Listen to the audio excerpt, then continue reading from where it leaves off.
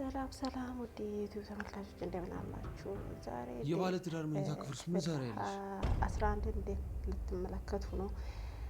አይ ውዴ ምን ይመስላችኋል? ቁርስ እንደደረሰልን ነግረን መጣ ነው ወይስ ሰምተንሻል? መውጣት ትችያለሽ። የእነዚህን ተንኮል ሊያቅባችሁ የሚችለው እኔ ቤሊ ወይ ደግሞ እማማ እናት ዛራ ያንዳችሁ ከሶስቱ ያንዳችሁን ተንኮል የምታውቅ ይመስለኛል። እናንተ ምን ይመስላችኋል? እስቲ ድራማ እኔ በጣም ወድጃለሁ። እንዴ እናንተ እኔ ምን እየተካሄደ ነው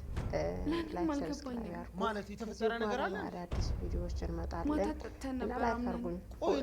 እኔ በጭራሽ ልሰክር አልችልም። ያሁን በጣም ሰክረ ነበረ። ተው ብል ራሱ ልትሰማኝ አልቻልክም። እንደዛ ሆነ ካይቼ ካላቅም በዚህ ፍጥነት እኔም እንዲሆን አልፈለኩም።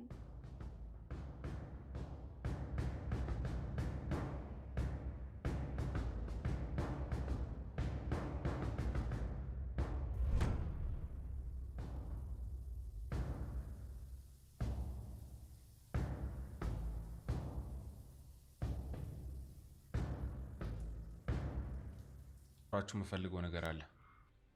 ምንድነው? አምነኔ እናቴን በተቻላችሁ አቅም ተንከባከቧት። መመሳሰል አቁም፣ ራስህን መሆን ጀምር። አብዛኞቹ ሰዎች እያንዳንዱ ውጊያ በሙሉ ኃይል ይዋጋሉ። እጅግ ውድ የሆነ ጥይትህን፣ የአይምሮ ሰላምህን፣ ትኩረትህን፣ ኢነርጂህን፣ ጊዜህን ምንም ለማይጨምሩልህ ጉዳዮች አታባክን። ለሁሉም ሰው አስተያየት ቦታ አትስጥ። መልስ መስጠት መጨነቅ የለብህም።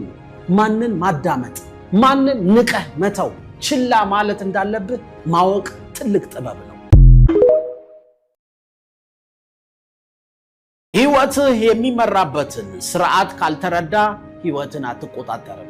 የሌላ ሰው ጨዋታ ውስጥ አንተ መጫወቻ ጠጠር ሆነህ ትቀራለህ። ቼዙን እነሱ ይጫወታሉ፣ አንተ ከፊት ተሰልፎ የሚመታ ወታደር ትሆናለህ። የትኛው ሶሻል ሚዲያ ነው ከእድሜህ ላይ በየቀኑ 5 ሰዓት 6 ሰዓት የሚቆርጠው? ከቤተሰብ ከማህበረሰብ የተቀበልካቸው ሳትመረምር ሳትጠይቅ እንዲሁ የወሰድካቸው እምነቶች ሳልተቆጣጠሩህም? አስብ፣ ካልኩሌት አድርግ። ጊዜያዊ ሳይሆን ረጅም ርቀት ለማየት ሞክር። ስትወስን የሆነ ነገር ስታደርግ 10 ህግን ተከተል። ይሄ ውሳኔ፣ ይሄ ተግባር ከ10 ሰዓት በኋላ ምን ይፈጥራል? ከ10 ወርስ በኋላ ምን ይፈጥራል? ከ10 ዓመትስ በኋላ ምን ይፈጥራል ብለህ ጠይቅ። ሾርት፣ ሚድል እና ሎንግ ተርም አስበህ ተንቀሳቀስ።